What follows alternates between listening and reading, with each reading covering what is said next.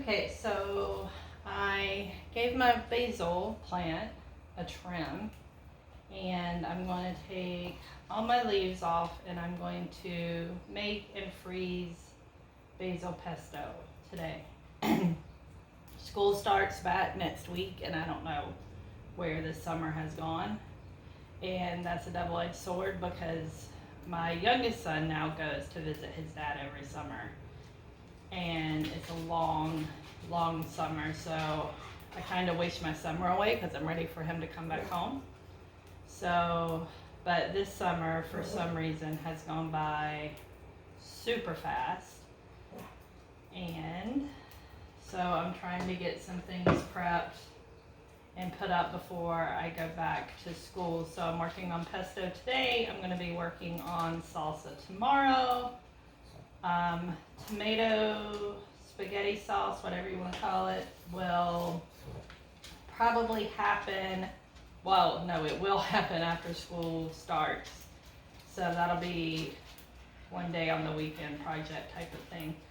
But anyway, all I'm doing right now is just taking the leaves off of my basil plant and putting them in my salad spinner. That way I can wash them. And then I will come back after doing that and show you how I make pesto, which is probably pretty common with how everybody makes pesto, but I lay it out on, I line a cookie sheet with parchment paper, and then I spread the pesto on there, and once it freezes, then I can break it up into chunks and put it in a freezer bag, and then I have pesto whenever I want to, and I know what's in it. I know I grew the basil. I grew this basil from seeds this year, which was really cool, and basil seeds are super teeny tiny, in case you didn't know. So yeah, I'm going to sit here and finish all of this basil, and then I'm going to get my food processor out so we can make the pesto. So I will be back in a few minutes. Okay, so in my food processor I have about 4 cups of basil leaves. So I'm basically doubling the recipe that I have. So I needed a cup of Parmesan cheese, so I have shaved Parmesan cheese, 2/3 of a cup of pine nuts, and 6 cloves of garlic. So I'm going to turn this on and start pulsing it, and then I'm going to stream in about a cup of olive oil.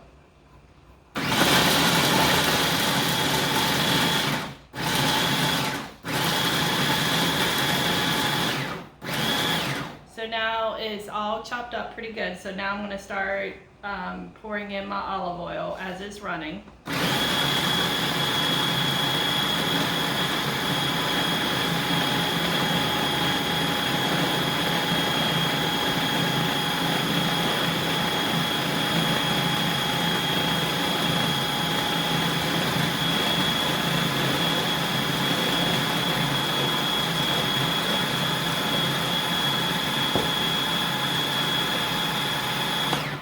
And I'm going to get a spatula to scrape down the sides, and so I can spread it out on my cookie sheet lined with parchment paper. So I'll be right back with that. So I scraped down the sides. I'm just going to run it a little bit more.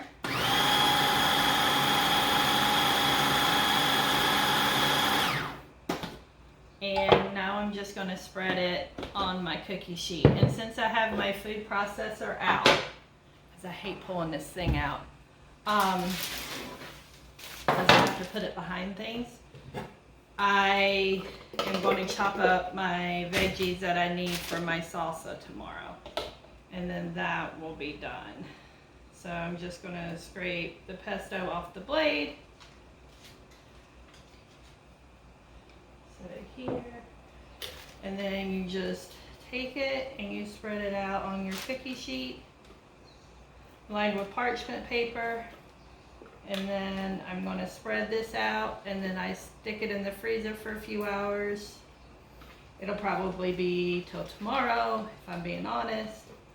and then I break it into pieces and put it in a Ziploc bag. Some people freeze it in ice cube trays.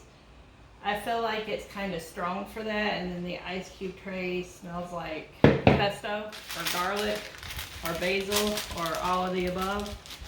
So again, this is all I'm doing, just taking it, spreading it out, kind of like you would like a jelly roll cake, except we're not going to bake it. And I use this on like chicken breast and bake it in the oven, and then about 5 minutes before it's finished cooking, I'll add sliced tomato on top and mozzarella cheese, and it is so good. Or I'll make a green pizza and use the pesto as the base, and I top it with artichoke hearts and feta cheese, or you could use goat cheese. And I've put broccoli on it before. Trying to think what else. A little bit of mozzarella cheese. You can put tomatoes. It's so good. I love pesto with artichoke hearts. They're so good. So this is it after I have spread all my pesto out on the cookie sheet. Then you just pop it in a freezer. It'll break apart in sections. Put it in a Ziploc bag, and then you can take out as much or as little as you need. And if you need to break off smaller parts, you can do that after it's frozen and you already have it in the bag. Super, super easy, and it tastes like summer even in the winter. Don't forget to subscribe and save, and I hope you enjoyed. Bye.